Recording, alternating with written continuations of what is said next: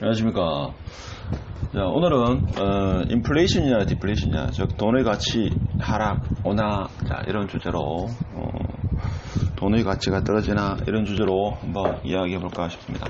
여기까지나 개인적인 사견이고 하니까 의견에 따랐다 하더라도 이해하시고, 신문에 본격적으로 이런 기사가 많이 나오고 있습니다. 그래서 일단은 기초적인 용어부터 잠시 한번 살펴보고 언론 내용을 살펴보도록 하겠습니다. 돈이 이렇게 불리는데 돈의 가치 유지될까요? 이렇게 이건 신문에 나오는 타이틀 그대로입니다. 돈의 가치가 유지될 거냐, 자, 이런 걱정 어린 그런 신문 제목이 있습니다. 자, 일단 인플레이션을 보면 어려운 말로 통화량이 증가로 시중에 돈이 많이 풀려서 화폐 가치가 하락하고 모든 상품의 물가가 전반적으로 꾸준히 오르는 경제 현상. 이거는 네이버 정의입니다. 어떤 사전적인 정의고, 저는 이렇게 정해요. 돈이 많이 풀려서 물가가 상승하는 현상. 좀 쉽게 풀렸죠. 최근에 돈이 많이 풀렸다는 것은 누구나 알고 있죠. 정부에서 재정, 자금, 재난 자금도 각 가정마다 이렇게 뿌렸고, 각 시도별로 뭡니까? 또 재난 자금을 또 이렇게 풀었죠. 일단 돈을 많이 푼 거는 틀림없습니다.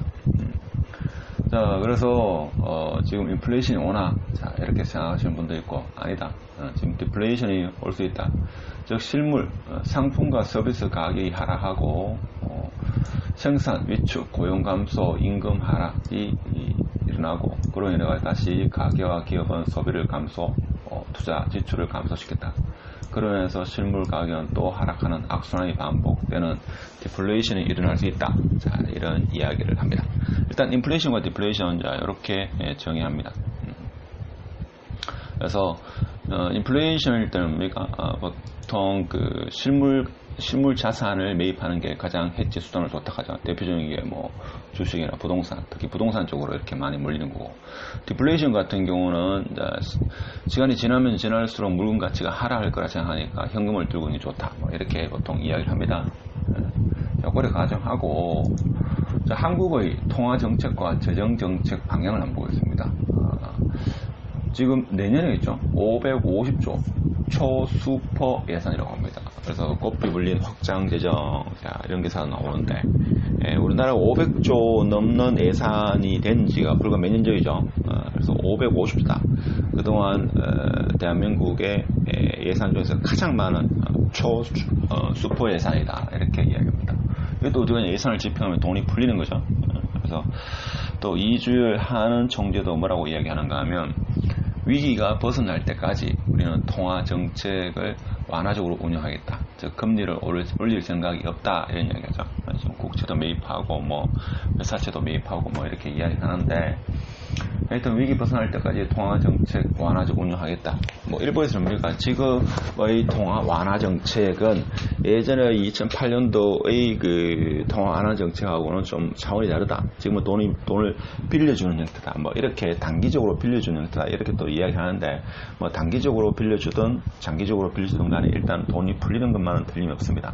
물론 이 돈이 장기적으로 뭐 3년, 2년, 3년 이렇게 풀리면 뭡니까? 그 돈이 이제 다른 사람도 투자를 많이 하겠죠. 그렇게 되는데, 이 단기에 돈을 빌리게 되면 아무래도 이제 돈이 어떤 회전이라든지 뭐 이런 것이 우리가 일반적으로 알고 있는 통화 완화 정책과는 조금 효과가 다르다, 뭐 이렇게 이야기하는 사람도 있습니다. 일단 쉽게 우리는 쉬운 측면에 봤을 때 뭐 어렵게 보나 쉽게 보나 결론적으로는, 자, 크게 봐서 인플레이션이 일어나느냐 일어나지 않느냐, 뭐 이런 쪽으로 포커스를 맞추기 때문에 복잡하게 해석하더라도 결론은 거의 비슷하다. 자, 이렇게 볼 수 있겠죠. 그래서 어떻게든 간에 지금은 시중에 돈이 풀리는 단계다. 우리는 이렇게 해석할 수 있겠습니다. 자, 그러면 어떻게 될 거냐. 일단은 지금은 보면 패드가 미 연방준비위원회죠. 자, 패드가 2022년까지는 제로금리를 유지하겠다고 시사를 했습니다. 그렇죠? 자, 패드 의장이, 자, 2022년까지는 제로금리를 유지하겠다. 자, 미국은 지금 현재 제로금리입니다. 그러면 우리나라도 지금 하는 총재가 우리는 또 어떻게 보면 연도는 못 박지 않았습니다만은 자, 한국이 경제적으로 어떤 경기 회복이 될 때까지 지금 완화 정책을 쓰겠다. 했으니까 우리나라도 최소한 22년까지는 제로금리를 유지시키겠다. 이 이야기죠. 자, 그러면 물가와 화폐 가치는 역의 상관관계다. 그렇죠. 물가가 오르면 화폐 가치는 하락한다.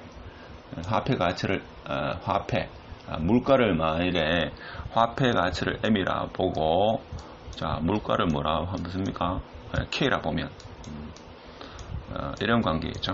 이런 관계다. 자 이렇게 반비례 관계있다. 그러니까 물가가 이게 올라가면 어디 됩니까? 이게 커지면 물가가 커지면 화폐 가치는 하락한다. 물가가 내려가면 화폐 가치는 올라가겠죠. 그래서 반비례한다. 자 이렇게 우리가 해석할 수 있겠습니다. 자 그러면 과거와 현재의 예금 세후 이자입니다. 그러니까 사람들이 한국은행이나 여기서 금리를 내리니까 대출 이자는 별 차이가 없던데 조금밖에 차이가 없던데 하는데 물론 대출 이자의 그 인하 효과로 인해 가지고 사람들이 대출을 더 빌려서 시중에 유통이 되는 것도 있겠지만 사람들이 은행에 예금하는 그 돈을 은행에 예금해봤자 이게 남는 게 없다 이거죠. 그래서 화폐 가치 하락의 해지 수단으로 은행의 정기예금은 되지 않는다. 이렇게 해서 그 돈을 빼서 어디엔가 투자를 한다 이거죠. 그래서 이 투자의 붐, 즉 돈의 속도, 유통 속도, 흔히 말하는 통화 성수 이렇게 해야죠. 통화 성수 값이 이제 증가하면 이제 난리 나는 거죠, 사실은. 그거에 보면 연 8% 정기예금이 있었다. 제가 예전에 98년도 지금 기억나는데 98년도, 99년도 있던 이때 제가 예금 1금융권인데 12% 예금을 던 적이 있습니다. 12% 많이 주더라고요. 저는 그때 뭐 당연한 줄 알았는데 하여튼 8% 예금 정기예금을 했을 때 세후 15.4% 일반 과세를 제하고 연 702만원입니다. 702만원. 근데 현재는 0.9%. 물론 지금 뭐 제2 새마을금고라든지 신협 수협감에 있죠. 1.0%대도 있습니다만 일반적으로 한 0.9%. 1금융권은 이것보다 낮죠. 0.9% 정기예금을 했을 때는 세후에는 연 76만원, 월 63,300원을 받는다. 63,300원. 그렇죠. 63,300원. 1억을 넣었을 경우죠, 이게. 예, 1억을 넣었을 경우. 1억을 넣었을 경우에. 자, 1억을 넣었을 경우에 63,300원. 지금 현재입니다. 그러니까 사람들이 자, 은행에 1억 혹은 5억을 넣어도 10억을 넣어도 63만원입니다. 그렇죠? 자, 10억을 은행에 넣었는데 63만원이다. 곤란하죠. 그러니까 이 돈을 빼가지고 어디엔가 투자를 하려고 지금 돈이 뭡니까? 갈 곳을 지금 찾고 있죠. 실제 움직이는 사람도 있고. 자, 그런 상황입니다. 자, 그러면 과연 인플레이션이 될 거냐, 디플레이션이 될 거냐. 스태그플레이션이 된다마는 지금 어떻게 될지 모르죠. 근데 현재 물가는 지금 어떤가 하면 돈을 그렇게 많이 푸는데도 불구하고 물가는 지금 오르지 않는데, 그죠? 현재 돈이 왕창 풀려가지고 화폐 가치가 낮아져야 될 건데 물가는 고정이다 이거죠. 물가는 지금 힘을 못 쓰고 있다. 물가는 오히려 뭐 하락? 어떻게 그냥 오르지는 않는다 이거죠. 좀 특이한 현상이 벌어지고 있습니다. 그래서 4월 우리나라의 소비자 물가 상승률은 0.1%로 3월 1%보다도 0.9%포인트가 감소됐고 미국도 4월 0.3% 상승에 그쳐서 3월보다 1.2포인트 감소, 중국도 같은 기간 1.1포인트 감소, 독일도 0.5포인트 감소, 영국도 0.6포인트 감소했습니다. 그래서 물가가 떨어지고 있습니다. 돈은 엄청나게 풀었는데 물가는 떨어지고 있다 이거죠. 참 특이한 현상이 벌어지고 있습니다. 그래서 아주 특이한 현상이 지금 벌어지고 있는데, 자 그러면 올해는 지금 혼돈의 시기를 하더라도 과연 1년 후 내년은 어떻게 될 것인가. 그래서 자 이렇게 예측하는 분도 있죠. 내년에 1년 후에는 물가가 상승할 것이다. 그러면 중앙은행에서는 자 물가 상승 압력이 크기 때문에 금리를 인상할 수밖에 없다. 그러면 여러 가지 부작용이 생길 수도 있다. 이렇게 이야기를 합니다. 그렇죠? 네. 그래서 제가 볼 때는 중앙은행의 고민이 점점 더 깊어지지 않을까. 근데 이제 이렇게 예측하는 사람도 있고, 실제 소비자 물가 지수가 내년부터는 상승할 것이다. 이런 여론조사가 있습니다. 그래서 내년은 물가가 상승할 거다. 그래서 인플레이션이 일어날 거다. 자, 이렇게 예측하는 사람도 적지 않다. 그래서 지금 어떻게 보면 한치 앞을 내다보기 어려운 혼돈의 시기다. 그래서 시장의 변동성이 엄청나게 커진다. 그래서 지금 확실하게 틀림없는 것은 일단 돈이 많이 풀렸다는 것은 틀림이 없습니다. 그렇죠? 여러분 생각 어떻습니까? 저도 주위에 보면 좀 돈이 많이 풀렸다는 것은 확실히 느껴집니다. 그리고 이게 실제 돈이 풀린 것 못지않게 또 뭡니까? 이 상품권이죠. 상품권이 시중에 많이 돌아다니더라고요. 저도 이제 시장에 가가지고 있죠. 뭐 한 번씩 물건을 사면 거기 보면 그 오늘 상품권을 다 받더라고요. 그렇죠? 그것이 유통되는 게 상당히 크다는 그런 생각 때문입니다.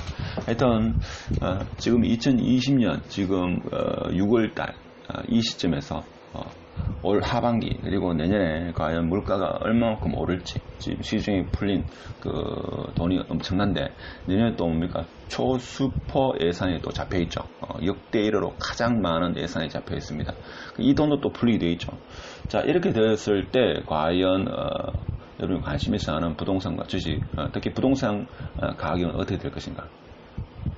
근데 정부는 뭡니까 지금 규제를 많이 했는데 또 풍선 효과가 나는 곳에 또 규제를 하겠다 이렇게 합니다. 그러니까 오른손에는 지금 규제의 칼날을 쥐고 있고 규제의 칼을 쥐고 있고 왼손에는 뭡니까 돈을 지금 무한정으로 풀고 있죠. 그래서 이게 의도하는 대로 잘 되지 않는다 이거죠. 그러니까 돈은 지금 경기가 안 좋으니까 돈은 계속 풀려고 하는데 자, 규제는 지금 부동산 쪽에 규제를 하고 있습니다. 근데 당장 지금 돈이 되는 데는 사람들이 지금 물가가 경기가 어려우니까 어떤 투자라든지 이런 걸 잘 하지 않고 안전자산 쪽으로 이렇게 가다 보니까 뭐 금이라든지 이것도 전통적인 안전자산이었습니다만은 사람들 인식이 부동산 쪽으로 이렇게 쏠리는 현상이 지금 지속적으로 좀 일어나고 있죠. 불과 이 코로나 사태가 일어나기 전만 하더라도 그것이 한참 일어나는 시점만 하더라도 현금이 어떻게 보면 2020년의 키워드, 즉 현금을 가지고 있는 게 키워드인데 지금은 좀 상황이 바뀌는 그런 추세라고 해석되는 분도 적지 않습니다. 하여튼 1년 후 여러분이 생각할 때는 물가가 상승하겠습니까? 아니면 현재와 같은 이런 혼돈의 시기가 존재하겠습니까?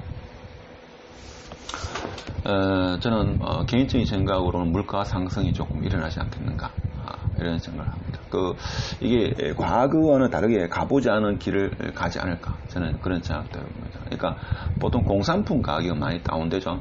다운되고 이 물가라는 게 보통 뭔가 하면 부동산 임대료 이런 것도 포함되지 않는다고 하더라고요. 하여튼 신문기사도 그렇고 지금 정부도 그렇고 한은도 그렇고 고민이 상당히 깊을 겁니다. 그렇죠? 그래서 시중에 돈은 확실히 지금 풀리고 있다. 확실히 많이 풀리고 있다. 그럼 이 돈이 어떻게 될 것인가?